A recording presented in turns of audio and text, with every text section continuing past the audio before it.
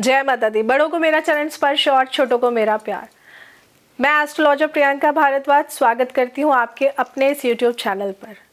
आज बात करने आई हूँ आप सभी से फरवरी माह का पहला प्रदोष व्रत। एकादशी के बाद जब हम प्रदोष का व्रत रखते हैं बहुत ही उत्तम होता है। एकादशी पे पहले हम विष्णु जी की पूजा कर लेते हैं, फिर प्रदोष पे हम देवों के देव महादेव का पूजन करते हैं। तो इस बार सबसे पहला जो प्रदोष का व्रत होगा वो होगा 2 फरवरी को। तो 2 फरवरी 2023 को हम लोग प्रदोष का व्रत रखेंगे और प्रत्येक पक्ष की त्रयोदशी के व्रत को प्रदोष व्रत कहा जाता है। इस व्रत में भगवान शिव की पूजा की जाती है। ऐसा माना जाता है कि इस दिन सच्चे मन से व्रत रखने पर व्यक्ति की हर मनोकामना पूरी होती है। अगर आपको आर्थिक समस्या घेरे हुए है, आपको नहीं समझ में आ रहा क्या करना है, तो आप प्रदोष के व्रत रखने शुरू कर दीजिए। व्रत नहीं कर सकते तो पूजा कर लीजिए, लेकिन करिए ज़रूर। हमारे हिंदू धर्म में हर त्रयोदशी तिथि को प्रदोष व्रत रखा जाता है। भगवान भोलेनाथ की पूजा के लिए ये व्रत विशेष फलदायी माना गया है। माघ माह में दूसरा जो प्रदोष व्रत है वो होगा 2 फरवरी को, यानी कि गुरुवार को रखा जाएगा। गुरुवार के दिन होने से यह गुरु प्रदोष व्रत कहलाएगा।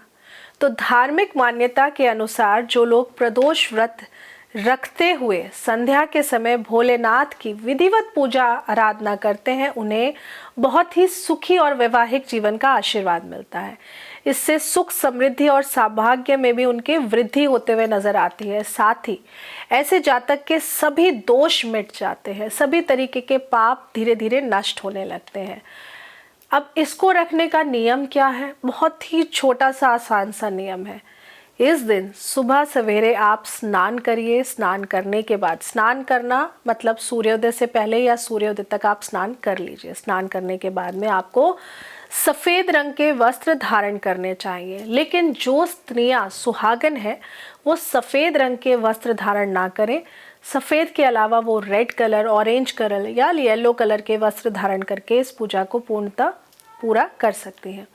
इसके बाद शिवजी को जल अर्पण करिए। आप खाली जल नहीं अर्पण करना है, जल में आप थोड़ा सा गुड़ मिला लीजिए और गुड़ मिलाकर आप भोलेनाथ का अभिषेक करिए।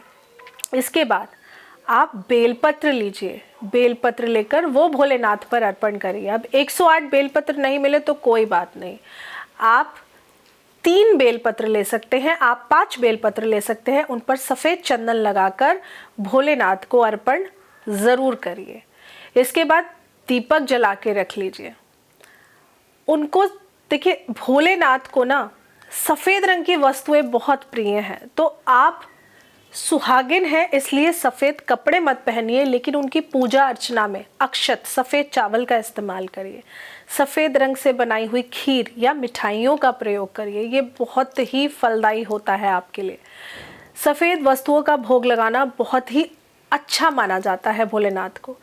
इसके बाद आप वहीं पर बैठकर ओम नमः शिवाय का जाप ज़रूर करिए। 108 बार कर लीजिए, 108 नहीं कर सकते तो 54 टाइम्स कर लीजिए, लेकिन जाप ज़रूर करिए। ये सुबह की छोटी सी पूजन विधि है। सफ़ेद रंग के फूल भी ज़रूर चढ़ाइए। मेन ध्यान ये रखना है, क्योंकि मैंने देखा है कई बार लोग गुलाब के फूल लाल वाले चढ़ा रहे होते हैं या नीले वाले फूल चढ़ा रहे होते हैं। प्रदोष के व्रत में आप सफ़ेद रंग के फूलों का इस्तेमाल करिए, ये बहुत बहुत अच्छा माना जाता है। जब सुबह की आपकी पूजा हो जाए, इस जो लोग व्रत नहीं रख सकते उनके लिए मैं आसान सी पूजा बता रही हूँ। इसके बाद रात में शिवजी के सामने आप घी का दीपक जलाइए और घी के दीपक में आपको सफ़ेद रुई की बाती का ही इस्तेमाल करना है। साथ ही रात के समय आप एक खास उपाय बता रही हूँ मैं आज आपको प्रदोष पे करने वाला। ये उपाय आप अगर अभी तक नहीं करते आए हैं तो छोड़ दीजिए, लेकिन अब से इस उपाय को कर कर देखिए। और मैं आपको सीरियसली बता रही हूँ, इतना अच्छा चमत्कार है इस उपाय का। बहुत छोटा सा उपाय है और इसके चमत्कार आपके सामने प्रत्यक्ष आपको देखने को मिलेंगे। अब करना क्या है, कौन सा खास उपाय है? प्रदोष पर रात्रि के समय आप भोलेनाथ के समक्ष तो दीपक जलाएंगे, लेकिन 8 दीपक आपको 8 दिशाओं में जलाने हैं। अब आप कहेंगे मैडम दिशाएं तो 4 होती हैं, 8 कहाँ से हो गई? जी नहीं, 8 दिशाओं से मेरा मतलब है पूर्व, पश्चिम, उत्तर, दक्षिण, उसके बाद उत्तर पूर्व, दक्षिण पूर्व, पश्चिम दक्षिण। समझ रहे हैं ना आप? कॉर्नर्स की जो डायरेक्शंस होती हैं। तो आपको 8 दिशाओं में भोलेनाथ के नाम का दीपक ज़रूर जलाना है। ये छोटा सा उपाय। अब जलाना कहाँ है? ये दीपक आपको अपने घर के अंदर जलाने हैं, लेकिन सबसे पहले आप भोलेनाथ के मंदिर में दीपक जला कर आएंगे। वहाँ जब आप घी का दिया जलाएंगे तो वहाँ आप हाथों को इस तरह जोड़कर और भोलेनाथ के सामने बैठकर आप उनसे, उनके समक्ष आंखों को बंद कर कर उनसे अनुग्रह करेंगे, आग्रह करेंगे कि हे देवों के देव महादेव, हमसे जो भी गलतियाँ हुई हैं उसे क्षमा करिए, और हमारी जिस भी दिशा को बांधा गया है, जहाँ से हमारे लिए कार्य नहीं बन पा रहे हैं, हमारी उन दिशाओं को खोल दीजिए। बस इतना सा उपाय करना है आपको। ये बोलकर आप अपने घर के अंदर 8 दिशाओं में दीपक जलाएंगे, और ये दीपक भी घी के जलेंगे, इस बात का ध्यान रखिएगा। अब जो लोग व्रत रखते हैं इस दिन उनको जलहार और फलाहार ही करना चाहिए। जलाहार मतलब जल लेना चाहिए और फलाहार मतलब फल लेना चाहिए, अन्न ग्रहण नहीं करना चाहिए। अब जो लोग नहीं कर सकते हैं तो आप लोग शाम को मीठा भोजन कर लीजिए, लेकिन इस दिन नमक मत खाइए। और वैसे तो मैं सही बोलूँ, अनाज का सेवन भी इस दिन नहीं करना चाहिए, लेकिन अगर आप लोगों की तबीयत खराब है, आप लोग व्रत रखना चाहते हैं, तो फिर आप रात्रि के समय अन्न खा सकते हैं। प्रदोष व्रत को हिंदू धर्म में बहुत शुभ और महत्वपूर्ण माना जाता है, इसीलिए छोटी सी भी गलती मत करिए। इस दिन पूरी निष्ठा से, पूरे भक्ति भाव से भगवान शिव की आराधना करने से जातक के सारे कष्ट दूर हो जाते हैं और मृत्यु के बाद उसे मोक्ष की प्राप्ति ज़रूर होती है। पुराणों के अनुसार एक प्रदोष व्रत करने का फल आप जानते हैं कितना है? 2 गायों के दान के जितना होता है। मतलब आपने एक दिन व्रत किया है प्रदोष का, तो आप समझिए आपने 2 गायों का दान कर दिया है। तो हर कोई गाय दान करने में सक्षम नहीं है, तो आप कम से कम थोड़ा सा कष्ट अपने शरीर से उठा लीजिए। थोड़ा सा कष्ट भी मैं नहीं कहूँगी, मैं कहूँगी एक दिन अपने भोलेनाथ की भक्ति में लीन हो जाइए। एक दिन फलाहार पे, एक दिन आप फल को ग्रहण करके इस दिन को पूर्ण करके देखिए, आपको खुद को बहुत अच्छा महसूस होगा। और एक दिन रखा हुआ व्रत यानी कि 2 गायों के दान के बराबर।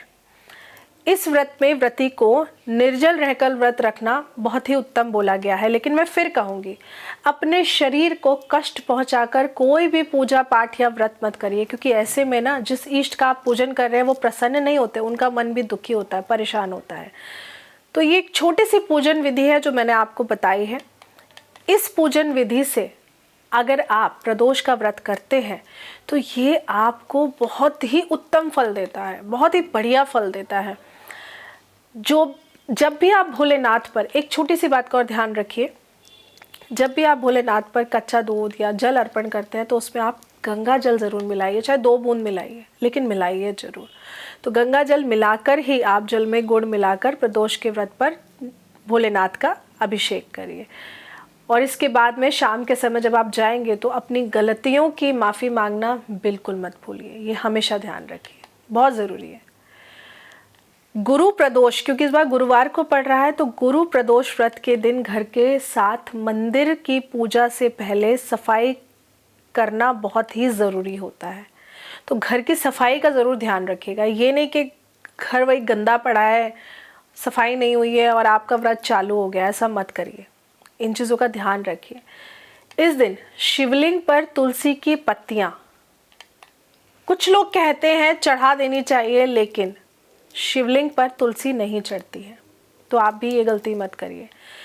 केतकी के फूल बहुत अच्छे लगते हैं भोलेनाथ को, वो ज़रूर चढ़ाइए, लेकिन प्रदोष वाले दिन नहीं चढ़ाने हैं। तो ये कुछ चीज़ें जो नहीं चढ़ानी है वो मैं आपको बता रही हूँ। आपको केतकी के फूल नहीं चढ़ाने हैं, आपको लाल रंग का कुमकुम नहीं चढ़ाना है, आपको नारियल का जल नहीं चढ़ाना है। ये कुछ लोगों ने उपाय के तौर पे बता दिए हैं, जिसकी वजह से परेशानियां आपकी ज़िंदगी में ऑलरेडी बढ़ चुकी हैं और ये आप देख भी चुके हैं। तो आज मैं आपकी उन्हीं गलतियों को सुधारने आई हूँ, उन्हीं गलतियों से आपको बताने आई हूँ कि ऐसा करने से आपकी आर्थिक स्थिति मजबूत नहीं और ज़्यादा ख़राब हो रही है। तो आप इन बातों का ध्यान रखिए कि लाल रंग के पुष्प आपको भोलेनाथ को नहीं चढ़ाने हैं, तुलसी के पत्ते आपको भोलेनाथ को नहीं चढ़ाने हैं, केतकी के फूल आपको भोलेनाथ को नहीं चढ़ाने हैं, लाल रंग का कुमकुम नहीं चढ़ाना है और नारियल का जल बिल्कुल भी नहीं चढ़ाना है, बिल्कुल भी नहीं। इस दिन भूल कर भी आपको घर में लड़ाई झगड़ा नहीं करना चाहिए। व्रत कर रहे लोगों को दूसरों के लिए बुरी भावना अपने मन में नहीं रखनी चाहिए, भला बुरा नहीं बोलना चाहिए। अगर आप ऐसा करते हैं तो व्रत रखना बेकार है आपका। प्रदोष व्रत के दिन तामसिक भोजन का तो सेवन बिल्कुल भी ना करें और तामसिक भोजन में लहसुन प्याज वाला भी खाना नहीं खाना है आपको। इस दिन मांस और मदिरा का सेवन आपके घर में नहीं होना चाहिए, इस बात का ध्यान रखिए। जो लोग व्रत रखते हैं कम से कम आज के दिन आप लोग अवॉइड करिए कि कोई और आपके घर में अगर नॉनवेज खाता है या अल्कोहल लेता है तो उसको समझा दीजिए कि आज भाई मेरा व्रत है तो आप एक दिन मत लीजिए। इस चीज़ का ध्यान रखिए। छोटे छोटे नियम हैं, इनका ध्यान रखना ज़रूरी है। प्रदोष व्रत के दिन सुबह देर तक नहीं सोना चाहिए। अगर व्रत रख रहे हैं तो सुबह टाइम से उठिए, सूर्यदेव को जल चढ़ाइए और उसके बाद अपने व्रत की शुरुआत करिए। इनफैक्ट प्रदोष व्रत अगर आप रखते हैं या कोई भी व्रत रखते हैं तो दिन के समय सोना नहीं चाहिए, क्योंकि फिर आपने जो भी भक्ति जो भी पूजा पाठ करी है वो सब आपकी व्यर्थ चलेगी। तो व्रत वाले दिन में सोया नहीं जाता है, मत सोइए। बल्कि आपको दिन भर जिस भी इष्ट का आप व्रत कर रहे हैं, पूजन कर रहे हैं, उनका नाम, उनका ध्यान, उनका जप करना चाहिए। तो प्रदोष पर आप भगवान शिव का ध्यान करिए, भगवान शिव के मंत्रों का जाप करिए। महिलाओं को प्रदोष व्रत के दिन शिवलिंग को छूना नहीं चाहिए। आप डायरेक्टली शिवलिंग को टच मत करिए। जल चढ़ाइए, बेलपत्र चढ़ाइए, पुष्प चढ़ाइए, लेकिन शिवलिंग को टच मत करिए। ऐसा करने से माता पार्वती नाराज हो जाती हैं। इसलिए कहा जाता है कि शिवलिंग को डायरेक्ट टच मत करिए प्रदोष वाले दिन। प्रदोष व्रत के दिन भूलकर भी काले कपड़े सुहागिन स्त्रियों को नहीं पहनने हैं, ब्राउन कलर के कपड़े नहीं पहनने हैं, डार्क ब्लू कलर के कपड़े नहीं पहनने हैं, ऐसा अशुभ माना जाता है। इस दिन आप रेड कलर के कपड़े, येलो कलर के कपड़े, ऑरेंज कलर के कपड़े, पिंक कलर के कपड़े, लाइट ग्रीन कलर के कपड़े, बहुत सारे सुंदर सुंदर कलर हैं ब्लैक और ब्लू के अलावा, ब्राउन के अलावा। तो क्योंकि आप सुहागिन स्त्री हैं तो ब्लैक, ब्लू, ब्राउन इन कपड़ों का त्याग करिए, चाहे कितना भी अच्छा सूट क्यों ना हो आपका। लेकिन अगर आप प्रदोष की पूजा कर रही हैं, व्रत कर रही हैं, तो इन कलर्स का त्याग करिए। तो ये थी छोटी छोटी जानकारियाँ जो मैं आप सभी के लिए लेकर आई थी प्रदोष व्रत से लेकर। आशा करती हूँ आपको वीडियो अच्छी लगी होगी। ये जानकारियाँ आप अपने जीवन में लागू करना स्टार्ट करिए और ट्रस्ट मी, रिजल्ट आपको बहुत अच्छे मिलेंगे। जो छोटी छोटी चीज़ें मैंने आपको बोली हैं, बस इनका ध्यान रखिए। जय माता दी।